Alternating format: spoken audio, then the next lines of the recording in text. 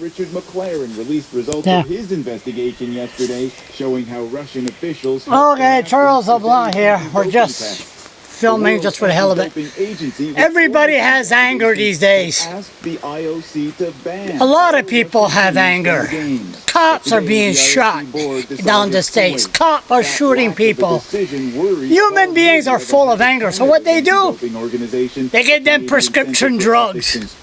So, you know, like take the drugs or smoke marijuana, you know, be a space cadet and say, hey man, everything's fine. I think the old days where people got rid of their anger is this. This was the anger, the cure for anger. It's going to take a while to put this down, but let's see how long it takes. Maybe 10-15 minutes. But this is the way you get rid of anger. And I'm a rookie.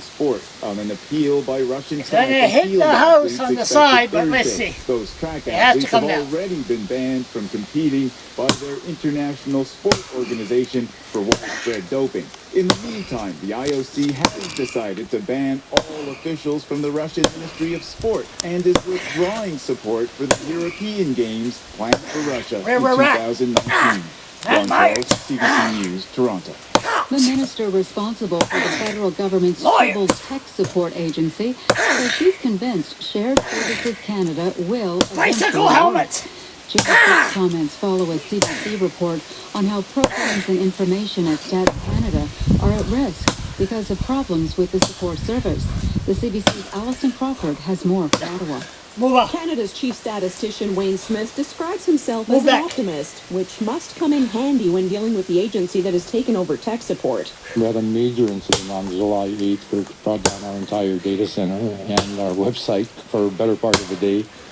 This was part of the informatics infrastructure that is now managed by Shared Services Canada that failed. Stats Canada is among 43 departments that surrendered their own IT services and budgets to Shared Services Canada in a bid to streamline services, increase security, and save money.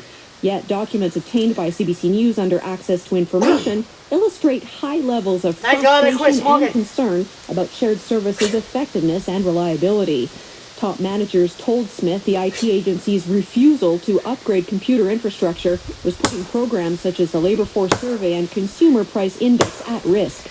Now we're being asked to provide additional funds in order to build up the capacity of the data center to meet our current needs. That means that we're spending actually more money than we ever spent historically.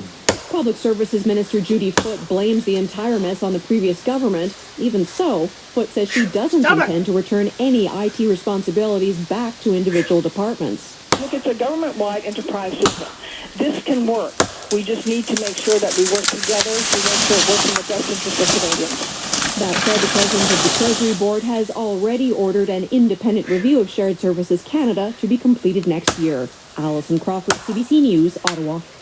In Manitoba, a small Hutterite community is turning tragedy into a way of helping others. They've taken on the grim work of finding the bodies of those who have drowned.